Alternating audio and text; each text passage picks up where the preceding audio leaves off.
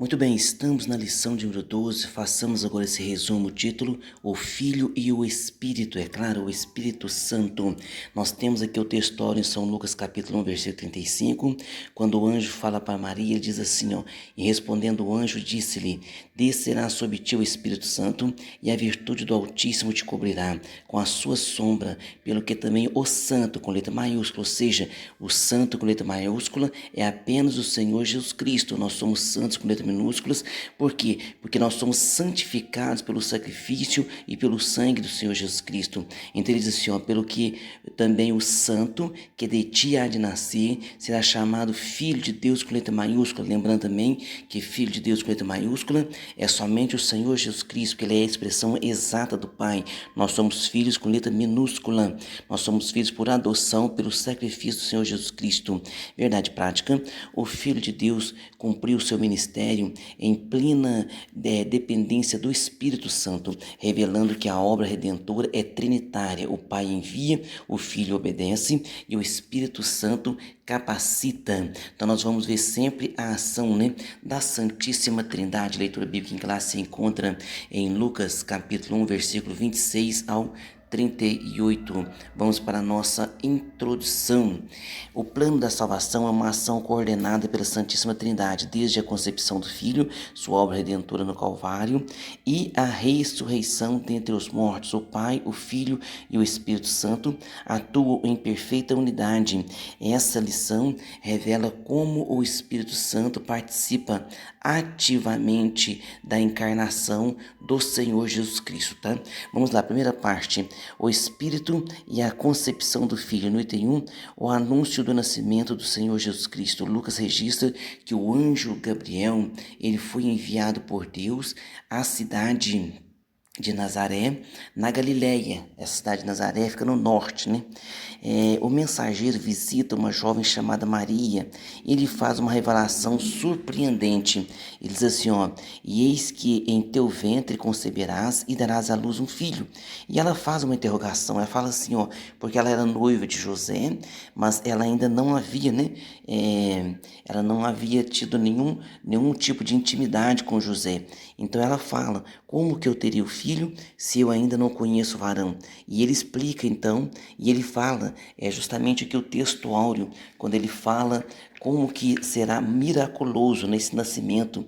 Ele diz assim, ó: descerá sobre ti o Espírito Santo, e a virtude do Altíssimo te cobrirá com a sua sombra, pelo que também o santo que de ti há de nascer será chamado Filho de Deus. Nós continuamos aqui, ó, e ainda ali diz o nome da criança, por-lhe-á o nome de Jesus. Então nós vamos ver aqui em Lucas 1:31. E eis que em teu ventre conceberás e darás à luz um filho, e por-lhe-ás o nome de Jesus. Maria, e também falou para ela, será chamado Filho do Altíssimo. Maria demonstra perplexidade, não entende como isso poderia acontecer, uma vez que era virgem. É esse questionamento que ela faz, E disse Maria ao anjo: como se fará isso, visto que eu não conheço varão? Interessante que ele fala em Lucas 1:37, que é uma passagem muito conhecida, que nós conhecemos de cor. Ele dá uma resposta magnífica, Ele diz assim, ó: porque para Deus nada é impossível. Veja bem, se uma virgem concebeu e deu à luz justamente ao Filho de Deus com letra minúscula, ou seja, Deus se tornou carne, então realmente para Deus nada é impossível. Na sequência o texto afirma que ela creu. Na mais completa confiança e submissão declarou: eis aqui a serva do Senhor. Olha que exemplo, Maria nos traz um exemplo maravilhoso aqui, porque ela diz assim, ó: eis aqui a serva do Senhor, cumpra-se em mim segundo a sua palavra. Quantos de nós estamos dispostos a seguir esse exemplo de Maria? Ela diz assim, ó: eis aqui a tua serva. Eis aqui a serva do Senhor, cumpra-se em mim segundo a tua palavra. E o anjo ausentou-se dela. Então ela se colocou à disposição para o plano divino. No item 2, o Espírito como agente da concepção. A explicação que o anjo faz a Maria de como seria a concepção é singular e miraculosa. Diz assim, ó: descerá sobre ti o Espírito Santo. A resposta é expressa por meio de uma figura de linguagem em que a segunda linha repete a ideia da primeira. Diz assim, ó: assim o Espírito Santo está vinculado à virtude do Altíssimo. Está vinculado, diz assim, ó, o Espírito está sobre ti o Espírito Santo, que está vinculado, fala e diz, ó, a virtude do Altíssimo te cobrirá com a sua sombra. Como já estudado, a sombra refere-se à presença de Deus, reporta-se à nuvem da presença divina na transfiguração.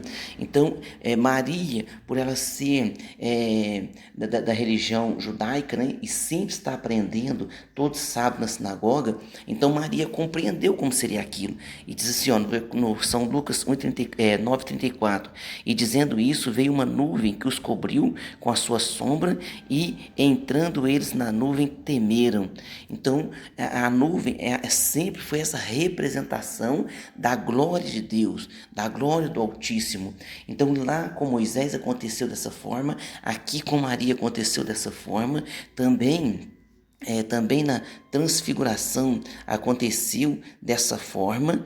Então a nuvem reporta-se à presença divina e sinaliza o poder criativo do Espírito de Deus. Logo, reitera-se que a sombra do Espírito Santo é protetiva e criadora. Desse modo, elucida o anjo: a concepção será obra do Espírito Santo pelo poder do Altíssimo, e por isso será chamado Filho de Deus. Então, a ação miraculosa do nascimento do Senhor Jesus Cristo, ela se dá pela ação do Pai e pela ação do Espírito Santo. Quando o Senhor Jesus Cristo, ele deixa a sua glória, né?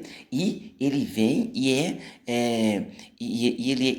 ele vem e através do poder miraculoso do Espírito Santo, através da ação do Altíssimo, o Senhor Jesus Cristo é gerado no ventre de Maria. Ele deixa toda a sua glória e vem nascer em forma humana. A pureza e a santidade do Filho. O anjo afirma que o Filho que nasceria de Maria será santo, com letra maiúscula. A palavra santo, do grego ágios, indica separação do pecado e consagração ao serviço divino. Então o Senhor Jesus Cristo, ele não será um santo como são as pessoas que adoram a Deus e são santificados pelo poder da palavra. Não, foi claro, falado ali para Maria, que ele é um santo com letra maiúscula. Então somente Jesus é santo com letra maiúscula. Todos os demais são santos com letra minúscula. Pedro, Paulo, Maria, João. Nós que servimos a Deus, né? Às vezes é difícil entender que nós somos santos, porque fala, mas eu sou um pecador, pastor. Nós somos, como diz uma linguagem corriqueira, e até uma linguagem meio chula, né? Nós somos um comedor de arroz e feijão, claro, mas é o poder de Deus, é a graça de Deus, a misericórdia de Deus que nos santifica. O Salmo 99:9 diz assim, ó: exaltai ao Senhor nosso Deus e adorai-o no seu santo monte, porque o Senhor nosso Deus é santo. Então só o Senhor é santo, e a Bíblia deixa claro que Jesus é santo. Em Hebreus diz: porque não temos um sumo sacerdote que não possa compadecer-se das nossas fraquezas, porém um que, como nós, em tudo foi tentado, mas sem pecado. Ou seja, ele experimentou todas as mazelas da forma humana. Ele é o segundo Adão, obediente e justo. É interessante porque o primeiro Adão ele peca, ele erra, e através do primeiro Adão vem a carnalidade, que é algo tão forte, mas o segundo Adão traz a santidade, que é algo muito mais poderoso. Diz assim: porque como pela desobediência de um homem, quer dizer, primeiro Adão, muitos foram feitos pecadores, carnalidade, assim pela obediência de um, que é o Senhor Jesus Cristo, muitos serão feitos justos. Então crê no Senhor Jesus Cristo e você é justificado. A santidade do Filho é a base da nossa redenção, justificação e santificação. Somente Ele foi capaz de cumprir toda a lei. Não cuideis que vim destruir a lei ou os profetas. Não vim abrogar, mas cumprir. Somente Cristo cumpriu toda a lei, viu? Mesmo assim, ele cumprindo toda a lei, ele foi criticado, né? Como se não fosse o cumpridor da lei, como se não guardasse o sábado. Mas por que eles falaram que não guardava o sábado, pastor? Porque ele curou várias vezes no sábado, e isso para os judeus era como se estivesse quebrando o sábado. Eles interpretavam de maneira muito errada o sábado, né? Parte 2, o Filho e a sua relação com o Espírito. O Filho é o verbo feito carne. Ao assegurar que o verbo se fez carne, a Escritura revela o mistério do Filho. Então o Filho se fez carne, o verbo se fez carne, carne. E o verbo se fez carne e habitou entre nós, e vimos a sua glória como a glória do Altíssimo do Pai, cheio de graça e de verdade. João deixa isso bem claro, né? Porém, o verbo não começou a existir em Maria, pois ele é eterno. Então, o verbo sempre existiu. Então, João deixa claro, no princípio era o verbo estava com Deus, o verbo era Deus com letra maiúscula. Ele estava no princípio com Deus, todas as coisas foram feitas por ele, e sem ele, nada que foi feito se fez. Então, ele é o Criador também, o Pai também, o Espírito Santo também. A criação é uma obra trinitária, tá? Tem que deixar isso bem claro. A palavra também diz, mas vinda a plenitude dos tempos, Deus enviou o seu Filho, nascido de mulher, nascido sob a lei, para cumprir a lei. Por quê? Porque nós não poderíamos de forma alguma cumprir a lei. Somente o Senhor Jesus Cristo é que cumpriu toda a lei. Entre lei, preceitos, mandamentos, ordenanças, são mais de 600 itens, né? Então não teria como o homem cumprir. No item 2, o Espírito capacita o Filho. Embora sendo Deus, em seu ministério terreno, Jesus agia como homem, cheio do Espírito Santo, ou seja, ele venceu como homem, agiu como homem, não usou a sua deidade. E, por fim, o Espírito Santo é que o capacitou ali no Rio Jordão. Quando o Espírito Santo vem sobre ele, ele está cheio agora do Espírito Santo para fazer a obra. Filipenses diz, de sorte que haja em vós o mesmo sentimento que houve em Cristo Jesus, que sendo em forma de Deus, ou seja, sendo Deus, não teve por usurpação ser igual a Deus, ou seja, sendo Deus, não usou a sua deidade, mas aniquilou-se a si mesmo, tomando a forma de servo, fazendo-se semelhante aos homens. Pastor, mas os muitos milagres que Jesus fez, os apóstolos também fizeram, e nós também podemos fazer. E ele deixou isso bem claro, né? O Espírito lhe capacitava com sabedoria, inteligência, poder e direção. O Isaías mesmo deixou claro, ó, e repousará sobre ele o Espírito do Senhor, e o Espírito de sabedoria e de inteligência, e o Espírito de conselho, de fortaleza, e o Espírito de conhecimento e de temor do Senhor. Então Jesus Cristo agiu aqui como homem, venceu como homem, mas nunca abriu mão da capacitação do Espírito Santo. Nós também precisamos da capacitação do Espírito Santo, que Jesus Cristo falou, vou para o Pai, mas vos enviarei outro. A palavra outro ali é homo, igual a mim. Ele enviou o Espírito Santo, o Filho e o poder do Espírito. Como observado, o ministério de Jesus foi marcado pela dependência do Espírito Santo. Isso não nega a sua divindade, mas exalta a sua humildade na encarnação, a sua humildade, né, na encarnação. Se o batismo foi confirmado pelo Espírito Santo e pela voz do Pai dizendo, este é o meu Filho amado em quem tenho comprazido. No deserto, pelo Espírito, venceu a tentação. Ele venceu pelo poder do Espírito Santo, sempre usando, né, a palavra do Senhor de maneira correta, que Satanás usava de maneira errada. A unção do Espírito Santo sustentou o seu ministério. Então foi o Espírito Santo que esteve com ele. Ele, né, foi guiado pelo Espírito Santo, e o próprio Jesus enviou o Espírito Santo para nos guiar. Eis aqui o meu servo, que escolhi, o meu amado, em que a minha alma se compraz. Porei sobre ele o meu Espírito e anunciará aos gentios o juízo. Então está deixando bem claro que o Senhor Jesus Cristo aqui na terra foi capacitado pelo Espírito Santo. Seus milagres operados em comunhão com o Espírito Santo revelaram o reino de Deus. Em sua humildade, submeteu-se ao Pai e agiu no poder do Espírito Santo. Então, ele jamais usou da sua deidade, que se ele usasse da sua deidade, fatalmente, né, o inimigo iria dizer, como que você vai salvar se você usou foi a sua deidade? Ou seja, nós seres humanos estaríamos verdadeiramente perdidos, mas ele vem em forma humana e vence como homem, vence todas as coisas e está nos capacitando pelo Espírito Santo para vencer também. Parte 3, a Trindade e a missão redentora. No item 1, o Pai envia o Filho e o Espírito. Então o Pai envia o Filho e envia o Espírito Santo. A salvação é iniciativa do Pai. Ele é a fonte de todo o propósito redentor. Então, a Bíblia deixa claro, porque Deus amou, então o Pai amou o mundo de tal maneira que deu o seu Filho unigênito, para que todo aquele que nele crê não pereça, mas tenha vida eterna. O Pai envia o Filho ao mundo, não apenas como mensageiro, mas como oferta viva. Então ele é a oferta viva, ele é o sacrifício perfeito. Mas vindo a plenitude dos tempos, Deus enviou o seu Filho, nascido de mulher, nascido sob a lei, para remir os que estavam debaixo da lei, a fim de recebermos a adoção de filhos. Então Jesus cumpriu toda a lei, ninguém cumpre toda a lei, só Jesus. Vocês guardam o sábado? Nosso sábado é Cristo. Cristo, o Filho, o Verbo eterno, assume a carne para cumprir perfeitamente a lei e tomar sobre si a condenação do pecado. Então o sacrifício dele é vicário, ele morreu em nosso lugar. O Espírito, por sua vez, não é agente passivo, mas ativo desde o princípio. Ele concebe o Filho no ventre, né? Gera o Senhor Jesus Cristo no ventre, acompanha-o em cada passo do seu ministério e aplica os méritos da redenção nos corações dos crentes. Então, até isso o Espírito Santo faz, ó.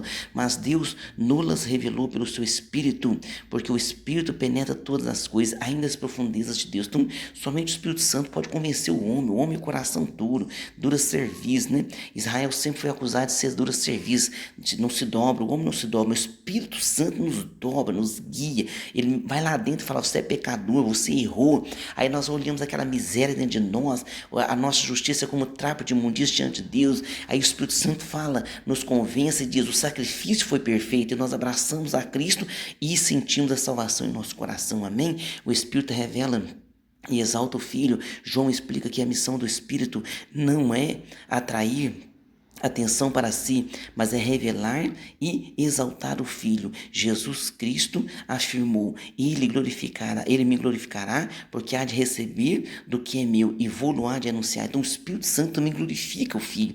Então, por quê? Porque ele nos leva a glorificar o Pai, glorificar o Filho, a exaltar, a glorificar, a estar na presença, a sentir essa alegria, essa vida, né? Esclarece-se que o Espírito não busca glória própria, mas dá testemunho do Filho. E a direção do Espírito está, portanto, ligada principalmente à revelação do mistério da salvação, do Cristo crucificado e ressuscitado, que um dia voltará para buscar a sua igreja. Então o Espírito Santo está com essa tarefa maravilhosa e cumprindo essa tarefa sobre a vida de cada um de nós.